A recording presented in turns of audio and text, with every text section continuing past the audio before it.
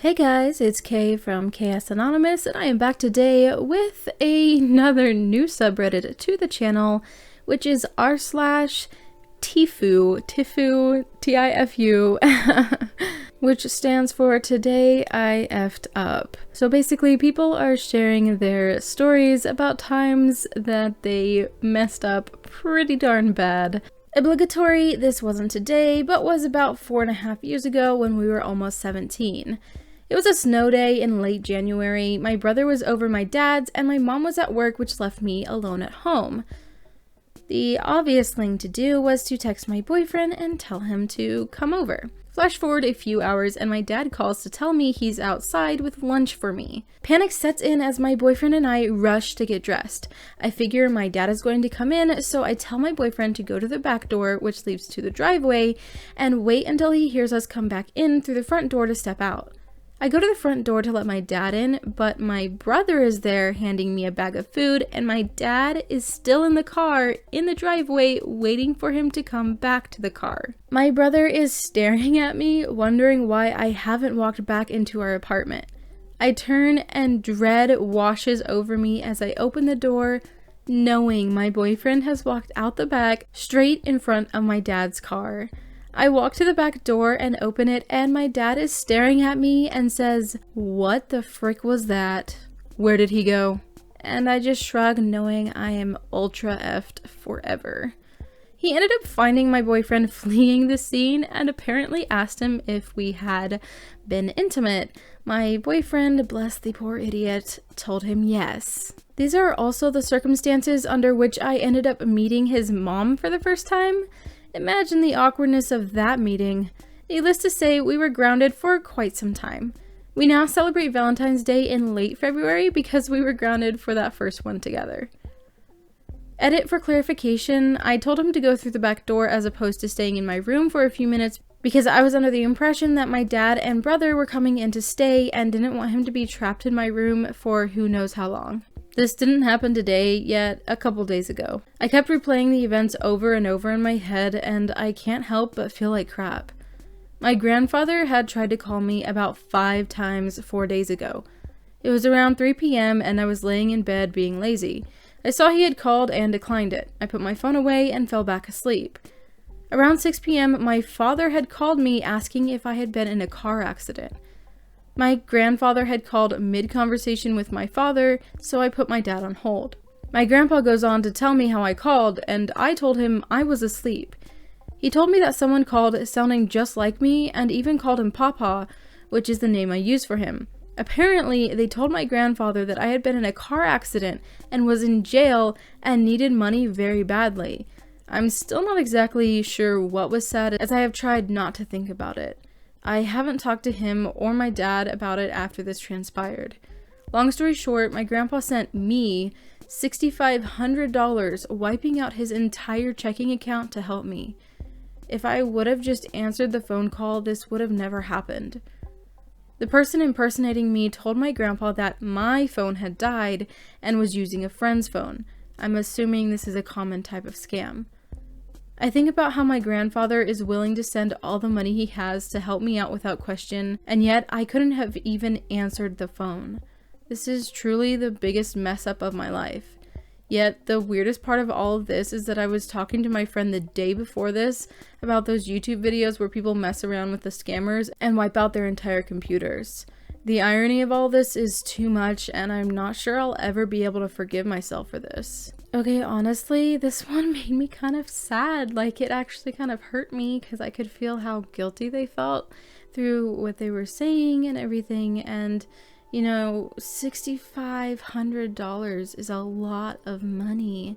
And yeah, you know, they couldn't have known that was the phone call. You know, the grandpa, you know, maybe could have been a little bit wiser. You know, there's just so many things, and it's really not their fault. It's on the scammer for what they did, but I can definitely understand where OP is coming from here, and I really hope that they can get over that guilt, and I really, really hope those scammers are found and prosecuted for what they've done, and hopefully somehow, by some sort of miracle, that money gets returned to his grandpa. But I don't like this story. It makes me sad. So today my wife expressed annoyance with me that she receives notifications from my Gmail on her phone. I asked if she wanted me to fix it, and she told me not to worry about it. Well, I've been in the doghouse lately, so to speak, for unrelated issues, so I thought I would get some brownie points by doing it anyways. I went to my account devices, selected her phone, and erased it. I even took pictures to text her and show her how easily I had solved the problem. Oh, frick, I can't believe I've done this. I didn't erase her phone from my device list. I erased her phone remotely. All her pictures, her personal journal, texts, none of it backed up. She is very upset with me.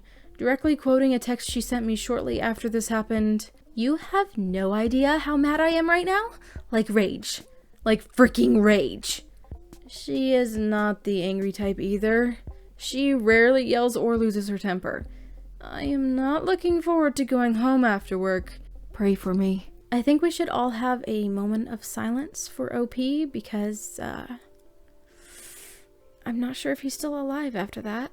This actually happened today at around 1 a.m. So my brother transports vehicles across the country for a living on the back of a trailer and was transporting a few cars to my town this morning.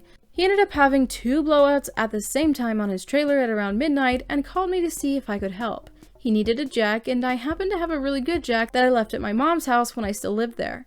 I decided to stop by her house on my way and pick up the jack to help him out. So I arrive at my mom's house and she's out of the country, so I assumed the house was entirely empty. I used my old garage door opener to get inside the garage and pick up my jack, and realized that since it had never been used before, I still had some zip ties on the packaging. No worries, I thought, I'll just go inside and get some scissors from her kitchen to open it up. Unknown to me, my youngest stepsister was house sitting for her while she was gone and had set the house alarms since she was there alone. So I opened the door from the garage into the house and set off these loud alarms to the house. I didn't know the code to disable it, so I just went ahead and grabbed the scissors from inside and walked back out to the driveway to wait for the inevitable police to arrive. Not but 5 minutes later, I hear a helicopter flying overhead and I'm surrounded in a white floodlight. Seconds later, no less than 8 police cruisers come flying up to the house, guns drawn, and I'm stormed by a crap ton of police officers asking, "Where's the girl?" Obviously, I'm confused as frick because I didn't know anything about a girl. I assumed the house was empty. So I'm held outside of my old house while police raid my mom's house, guns drawn, in search of the burglar. Meanwhile, all of the neighbors come outside to see what the commotion is, only to be met with a police helicopter shining a spotlight on me while I'm surrounded by dozens of police. As it turns out, my stepsister had heard me rummaging through drawers in the kitchen after the alarm was set off and called 911 while hiding in a closet, saying that she heard a man going through things and was burglarizing the house and she was alone and scared. It all ended up just fine after they were able to identify me and she confirmed that I was her brother. They let me go and said no harm done. They just wanted to make sure that everyone was safe and understood my weird predicament. At the end of all this excitement, I still had to leave to go help my brother, who has been blowing up my phone asking where I'm at, as he was still stuck on the side of the interstate with 2 blowouts. I mean, maybe it's not possible to text the mom and be like, "Hey, what's your code real quick, if you could, because it's going off," or something. I don't know. That's just one of those weird incidents that people, I guess, get stuck in. That's gotta be a story to be able to tell people for, like, ever. I take public transit to get to my job in this city almost every morning. This morning wasn't particularly different. Left the house, got Starbucks, walked to the station with about 7 minutes to spare. As I'm waiting, the PA system announces my train is running an indefinite time later than usual due to mechanical failures. Annoying, but not out of the ordinary. I contemplate maybe working from home today, but decide, nah, I'll just wait. I already put quarters in the meter, and I don't want to waste the $1.50 just to turn home if the train ends up being a few extra minutes. Train arrives around 10 minutes late. I get on, throw in my headphones, and start reading. About halfway through my ride, something starts rattling under the train. Probably kicked up some debris or rocks. I didn't think too much on it. Then the train stops. Again, not unusual. I half suspected that it was the mechanical failures that made it late to begin with. Then the conductor gets on the PA and informs us that we hit a pedestrian. I felt a little sick realizing that the rattling I heard not too long ago was definitely not rocks. So everyone is in utter shock, gasping and whispering. The conductor says we're not allowed to move. The police need to be called for an investigation. The lady next to me informs me that it'll probably take 3 hours since she's been through this before. Fantastic. I look out the window of the train and realize that the next stop is where my parents live. Well, might as well just walk there or hitch a ride from my almost retired but still works part-time dad. I decide to shoot a text to my dad. My train is outside of Parentstown, it hit a pedestrian, and I'm probably not going to go into work. I was hoping I could stop at the house for a bit. Now here's the F up. Partly on my dad's side and partly mine. He reads my text and somehow infers that I hit a pedestrian with my car where my parents live. Oh no, I'll be home around noon. Is the person you hit okay? Yeah, Dad, the person got hit by a moving train and lived. I didn't read much into his reply, so I respond. They're very much dead. Suddenly, my phone is ringing. My dad's calling me, but I can't answer though because I'm sitting on the quiet car. I hang up and text him. I'll call you when I get off the train, sorry. Apparently the word train a second time still wasn't enough to inform my father that I was on the train, not in my car. So for the next several hours, my father proceeds to 1. Drive frantically over to my house that's 6 or so stops away from their place because... But I guess that's not weird since he delivers car parts and maybe he was just nearby and stopped there? And 2, call my mother and tell her that I killed someone with my car, which I later found out that my mom spent her day crying at her desk at work because she thought I was going to jail for a good 3 hours. Only after that and me saying, don't bother staying at my place, I'm getting off at Parentstown, does he realize his mistake. The train hit the pedestrian? Was that not what I said, Dad? I guess not, because he definitely thought that I ran someone over with my car. So yes, my dad's brain went into weird flight or fight mode and assumed that I killed someone accidentally. Also, he scared the crap out of my mom, all while I was stuck on a train for 2+ hours with a full bladder. It was not an optimal way to start my morning. Yikes. Yeah, that definitely doesn't sound like an optimal way to start the morning. I'm a little concerned about the woman who said that she's been in the situation in which a train has hit a pedestrian before. Like, it's no big deal. If we were, you know, in one of those mystery shows or whatnot, I'd be looking into that lady, just because how many times do trains just randomly hit pedestrians? I just want to know. Is this a thing? Is this a common thing? I want to know. I was in basic training back in the summer of '88. Well, it was hot as blue blazes and we were on our field exercise. Well, I got sleepy, and the next thing I knew, there was my drill sergeant asking if I had enjoyed my nap. Needless to say, actually, drill sergeant, it was quite pleasant. Was not what he was expecting to hear. He asked for my weapon and told me to follow him. Some of you might know the punishment called the dying cockroach. If not, you lie on your back, your arms and feet up with a canteen on your feet while saying, "I'm a dying cockroach, I can't reach my water," until the drill sergeant's throat gets sore. It was like 6 minutes until the silence made him cough like someone with TB, indicating I could get up.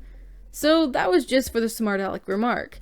The punishment for sleeping, and of course the "if you" moment, came when I and 7 others were instructed to lay our weapons across the backs of our hands in the push-up position.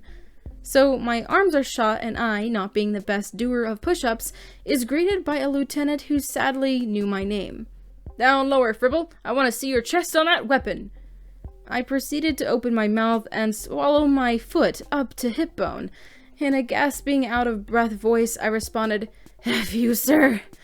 And like lightning out of Pikachu's rear, 3 drill sergeants descended on me like wolves on a wounded deer. I can't remember exactly what was said, but imagine the drill sergeant from Full Metal Jacket on meth, and that's about how bad the teardown was.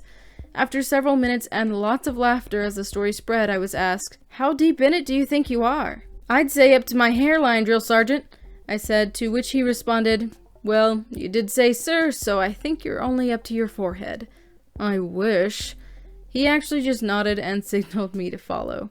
I finished up basic training, don't ask cause even I don't know, with the nickname Wingnut and an Article 15 for disrespecting an officer, which garnished me $150 and 30 days in the brig suspended. So that was actually the viewer submission story that got me to look at the TIFU TodayIF subreddit. So thank you so much for submitting that. It's a pretty funny story. I enjoyed it. I hope that you all did too. And we have one more before we close out. I just realized this today after an aggressive recruiter's emails weren't going through. I'm a recent computer science graduate and I've been actively applying to companies for a few months. I've been perfecting my resume by making slight adjustments every few weeks. My last iteration I finished in mid-April. After this last tweak, I went on an applying spree, sending it out to hundreds of all the best software companies available in hopes of securing a job before graduation. I went through every known medium I could, and after a few weeks, I was satisfied that I had applied absolutely everywhere worthwhile. However, I noticed that in the past several weeks, I wasn't getting many emails from companies. I assumed that being an average candidate, I wasn't competitive enough. But after getting half a dozen calls from this recruiter, I finally asked why he wasn't just sending emails. Lo and behold, my resume seed that I had been spreading for over a month had a .com rather than a .edu in my school email. Now here I am trying to reapply everywhere a month later, while somewhere out there is an email filled with the first round offers I've been waiting for. Yikes. I feel like it makes it worse because they're a computer science graduate.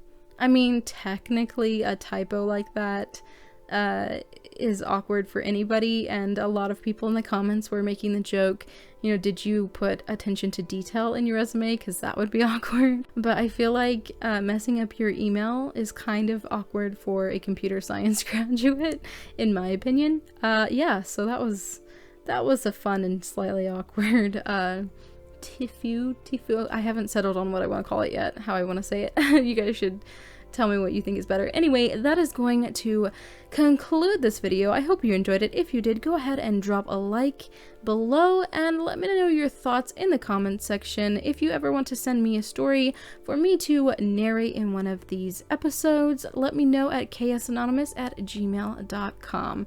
I'll talk to you in my next video. Bye!